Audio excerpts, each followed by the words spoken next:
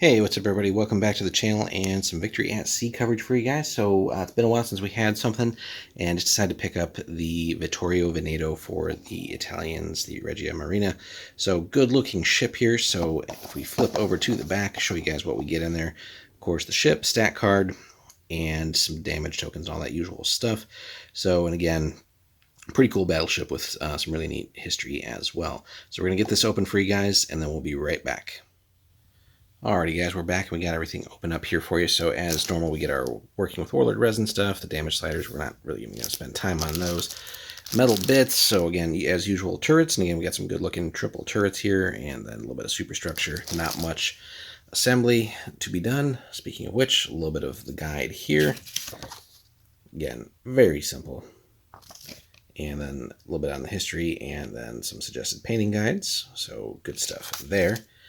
The battle card we'll come to in a second, but the ship itself, just again, great looking detail there, especially the secondary, the main secondaries here off on the sort of the four corners there, but then these smaller ones kind of around the superstructure as well. So just really cool looking stuff there. So again, newer Warlord resin here, so none of the earlier darker stuff that had some issues. So again, just fantastic work here, kind of head-on view. Great sleek looking ship here basically. So moving on to the card itself, and again, ignoring any FAQ changes or anything, purely looking at what's in the box here. So coming in at 550 points, flying speed 6, armor 6, 90 hull, good stuff there. Aircraft 3, armor deck, star shell 2, and torpedo belt 2. We got basically 3 triple 15-inch turrets as the business end, the main business end here, and can reach out to 46. So again, able to spread that damage around. Ideally, we're engaging short to long just to have those better dice rolls, but we can reach out to 46.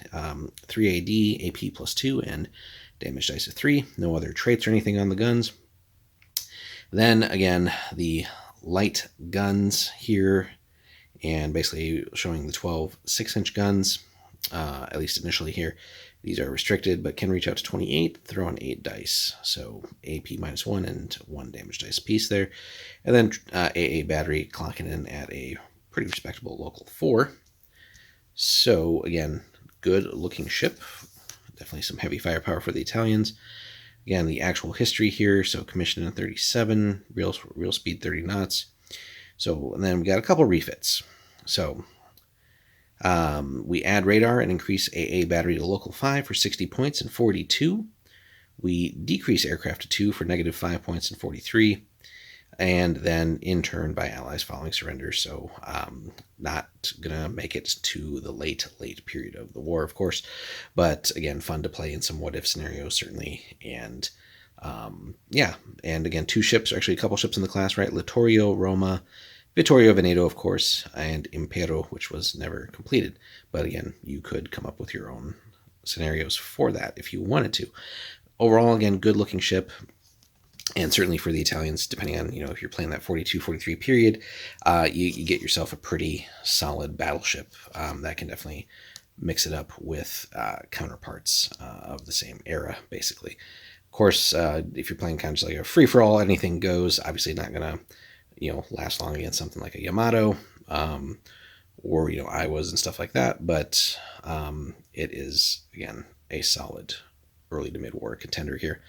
And again, just gorgeous looking stuff here. Everything in the Italian line so far, just really beautiful ships, especially if you put that extra work in and get that good paint job going here. If you can pull out something like that from the example, again, just looks fantastic on the tabletop. But anyway, let us know your stories, guys. If you've run the Vittorio Veneto in your fleets, how has that gone for you? And if you've come up against it, how has it fared against you? Were you able to take it out, or did you come up with some other solution for it, or did it just wreck your day?